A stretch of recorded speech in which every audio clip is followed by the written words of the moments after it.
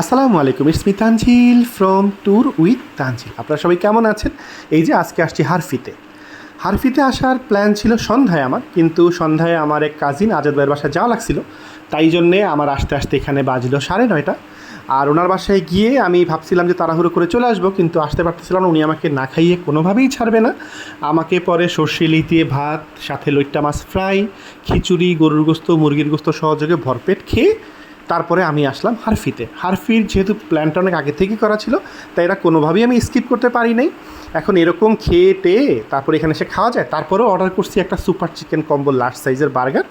তো দেখতে পাচ্ছেন এই বার্গারের সাথে একটা বার্গার, একটা হলো আপনার গিয়ে ফ্রেঞ্চ ফ্রাই মিডিয়াম সাইজের, আর একটা হলো পেপসি। এই যে খেতে একদম ইচ্ছা করছে না, কিন্তু অত দাম দিয়ে অর্ডার করছি, না খেয়েই যাবো কই। তো ওই খাইতেছি, এবং এই বার্গারটা আমার কাছে খাওয়া যাচ্ছে, তার কারণে টেস্ট আসলেই খুব ভালো। আমি বার্গার খুব একটা পছন্দ করি না, কিন্তু হারফির বার্গার আমার কাছে ভালো লাগে।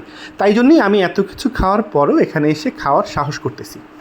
তো যদিও এদের দাম 658 টাকা, একটা পেপসি, একটা french fry, regular french fry, আর হলো আপনার একটা বার্গার, এটা একটু বেশি মনে হবে বাংলাদেশের বিচারে, কিন্তু টেস্ট বিচার করলে দাম আপনি ভুলে যাবেন।